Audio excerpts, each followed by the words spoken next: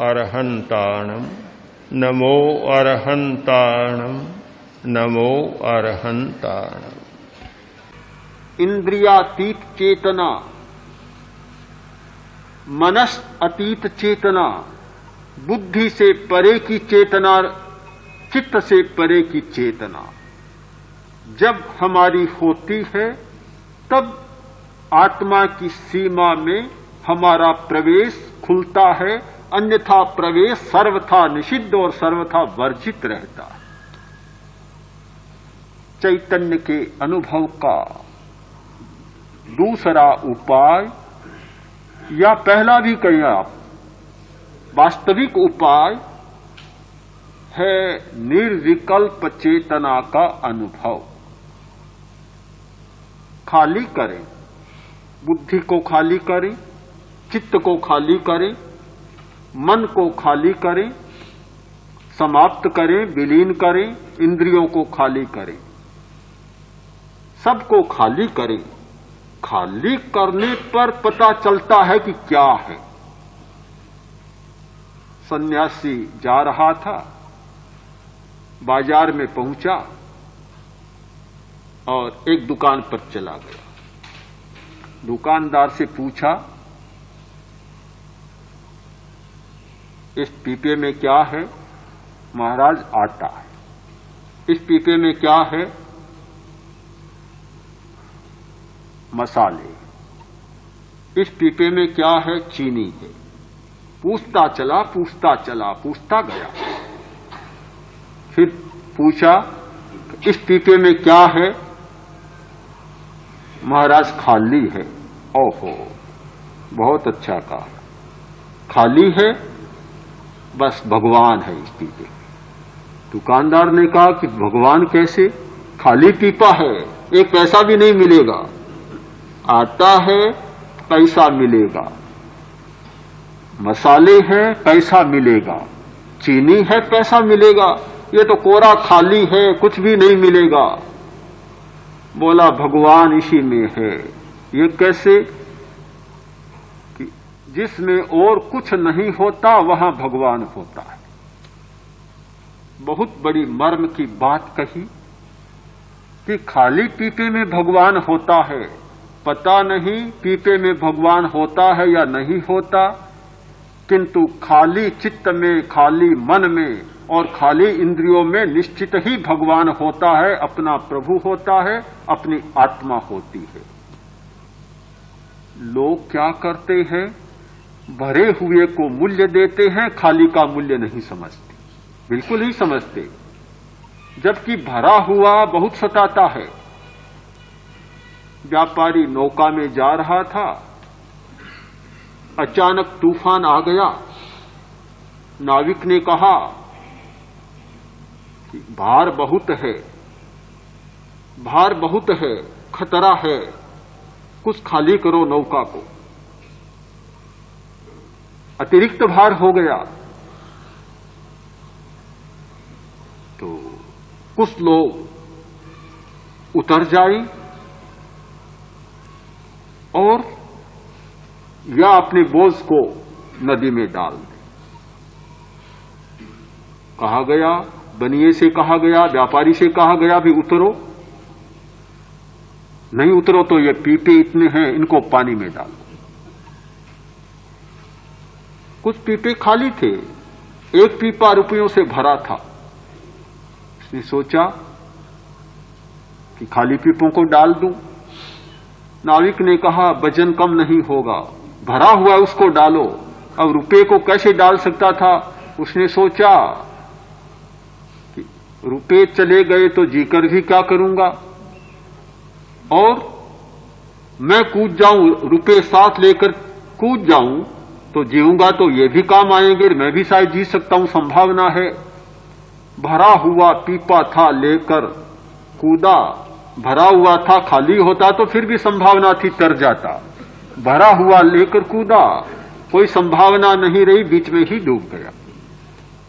हमारा भरे पर बहुत विश्वास है, खाली पर विश्वास नहीं है। कभी खाली रहना नहीं जानते, नहीं जानते। कोई काम करते हैं तो समझते हैं कि काम कर रहे हैं, भरे हुए हैं। जब सामने कोई काम नहीं होता तो भी खाली रहना नहीं जानते, सोचते हैं कि निकम्मा रहना अच्छा नहीं, निकम्मा नहीं। तो जब खाली होते हैं तब ये चित्त का चक्का, मन का चक्का इतना तेजी से घूमने लगता है कि दुनिया भर की बातें आकर भर देती हैं। आदमी अनुभव करता है कि नहीं बहुत अच्छा हुआ, खाली नहीं रहा, निकम्मा नहीं रहा। निकम्मा रहना तो जानते ही नहीं, बिल्कुल नहीं जानते। बहुत व्यस्त रहते हैं, कभी स्मृतियों से व्यस्त, कभी कल्पनाओं से व्यस्त, कभी चिंतन से व्यस्त। दिमाग भरा का भरा रहता है, खाली रहना पसंद ही नहीं है, बिल्कुल पसंद नहीं है। इमर्सन जा रहा था, अकस्मात वर्षा आ गई। अच्छा कवि था, एक हस्तलिखित पुस्तिका थी, कविताएं लिखी हुई थी।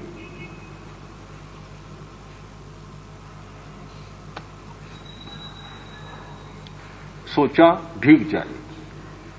पास में एक दुकानदार था, मिठाई बेचने वाला।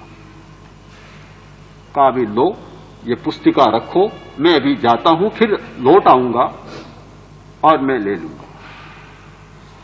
चला गया। ग्राहक आते हैं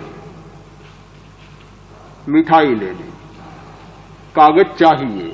सोचा कागज कम है, ये रखी हुई है पुस्तक रखी हुई है। देखा, सोचा कि ठीक है, फाड़ता गया, पुड़िया बांधता गया। 2-4 घंटे बाद इमर्सन लौटा। मेरी पुस्तिका लौटाई, बोला क्षमा करना, कुछ मैंने उपयोग कर लिया। पर एक बात है कि आपकी खाली सारी की सारी पड़ी है, मैंने आपके काम के कागज का कोई उपयोग नहीं किया। जो भरे हुए थे और आपके काम आ चुके थे, केवल उन्हीं की पुड़ियां बांधी। इमर्सन देखता रह गया।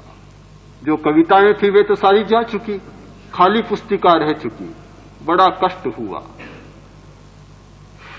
शायद इमर्सन ने भी ध्यान नहीं दिया होगा और दुकानदार ने भी ध्यान नहीं दिया होगा कि व्यवहार की दुनिया में खाली का मूल्य ही नहीं होता। व्यवहार की दुनिया में तो उसी का मूल्य होता है जो भरा हुआ होता है। खाली कागज का क्या मूल्य हो सकता है व्यवहार की दुनिया में? खाली पीपे का क्या मूल्य हो सकता है व्यवहार की दुनिया में? और खाली चित्त का, खाली मन का क्या उपयोग हो सकता है व्यवहार की दुनिया में? व्यवहार में जीने वाले लोग तो यही चाहते हैं कि ये सब भरे के भरे रहें, कभी खाली न हो जाएं। अध्यात्म की यात्रा शुरू होती है तब पता चलता है कि लिखा हुआ कागज चला गया, अच्छा हुआ। भरा हुआ पीपा चला गया तो अच्छा हुआ। यह चित्त का भारीपन चला गया, भरा हुआ चित्त चला गया, भरी हुई बुद्धि चली गई, भरा हुआ मन चला गया, बहुत अच्छा हुआ। खाली खाली और खाली होना है। खाली की प्रक्रिया जब शुरू होती है, उस स्थिति में, उस क्षण में जो अनुभव होता है वह वास्तव में चैतन्य का अनुभव होता है।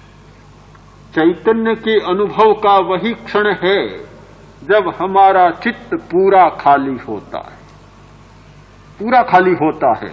फिर न श्वास प्रेक्षा की जरूरत, न शरीर के प्रकंपनों का अनुभव करने की जरूरत, न चैतन्य केंद्रों पर ध्यान केंद्रित करने की जरूरत है, और न रंगों का ध्यान, लेश्या का ध्यान करने की जरूरत है। फिर तो लेश्यातीत स्थिति का निर्माण होता है। प्रश्न होगा कि जिसकी जरूरत नहीं वह क्यों करती जा रही है? जिसे छोड़ना है क्यों करती जा रहे हैं? दुनिया का स्वभाव ऐसा है कि जिसे छोड़ना होता है उसे पहले करना होता है। नदी पार पहुंचने पर नौका को छोड़ना होता है, किंतु जब तक नदी का किनारा न आ जाए, पार का तट न आ जाए, तब तक नौका पर चलना होता है, नौका का आलंबन लेना होता है। जब तक निर्विकल्प चेतना न जाग जाए, तब तक अध्ययन, प्रश्न, अनुप्रेक्षा, पुनरावर्तन ये सब करना होता है। विचार ध्यान करने वाले व्यक्ति को ये सब स्वाध्याय के प्रकार अभ्यास में लाने होते।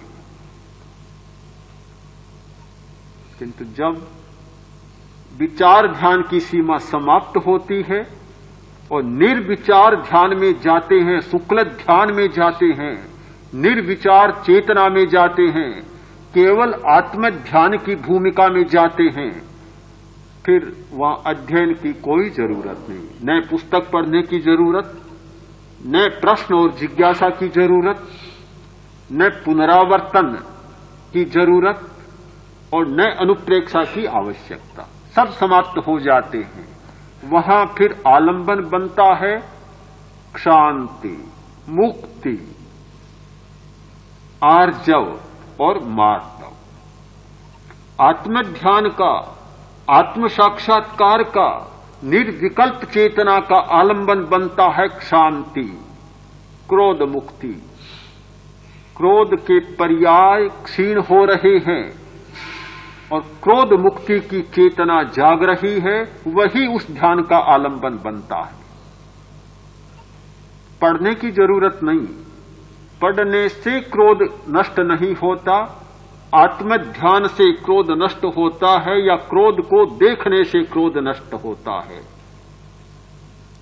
क्रोध आता है, श्वास रोका, क्रोध शांत हो गया। अच्छा विचार किया, क्रोध शांत हो गया। यह क्रोध का उपशमन हुआ।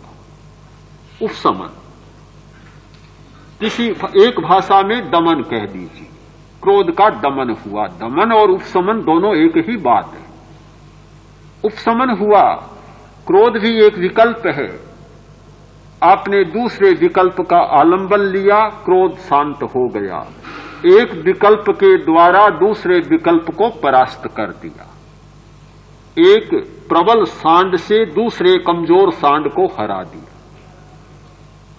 एक प्रबल हाथी द्वारा दूसरे कमजोर हाथी को आपने परास्त कर दिया।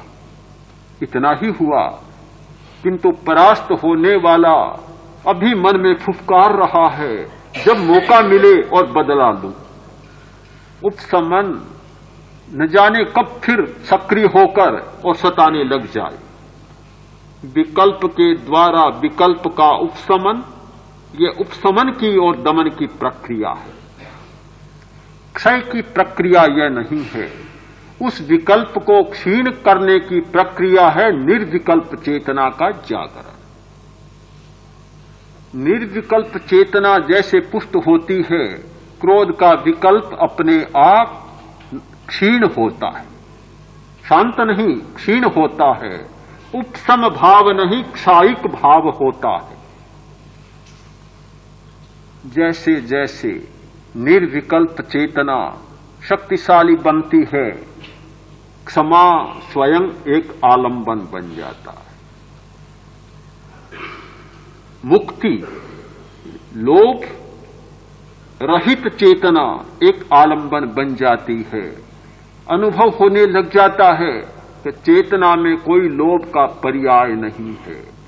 चेतना स्वयं अलोभ है। यह लोभ एक चेतना का विकार है, उसका साक्षात दर्शन होने लगता है। क्रोध का साक्षात्कार, लोभ का साक्षात्कार, कपट का साक्षात्कार, ऋजुता फूटने लगती है। कपट का साक्षात्कार होता है कपट की चेतना का, कपट के विकल्प का, मृदुता, अहंकार का साक्षात्कार होता है कि अहंकार चेतना का स्वभाव नहीं है, क्रोध चेतना का स्वभाव नहीं है, अहंकार चेतना का स्वभाव नहीं है, लोभ चेतना का स्वभाव नहीं है और माया कपट चेतना का स्वभाव नहीं है। उस निर्विकल्प चेतना में शांति, मुक्ति, आर्जव और मार्दव ये आलंबन बन जाते हैं। कोई पढ़ने की जरूरत नहीं, सारी पुस्तकें छूट जाती है, सारा स्वाध्याय वहां छूट जाता है, केवल सूक्ष्म पर्याय बचते हैं, स्थूल संस्कार छूट जाते हैं, सूक्ष्म पर्याय आलंबन बनते हैं। जब इन चेतनाओं का साक्षात्कार होता है तो इनके नीचे छिपी हुई शुद्ध चेतना का भी साक्षात्कार होने लगता है। चित्त की स्थिति स्वस्थ बनती है।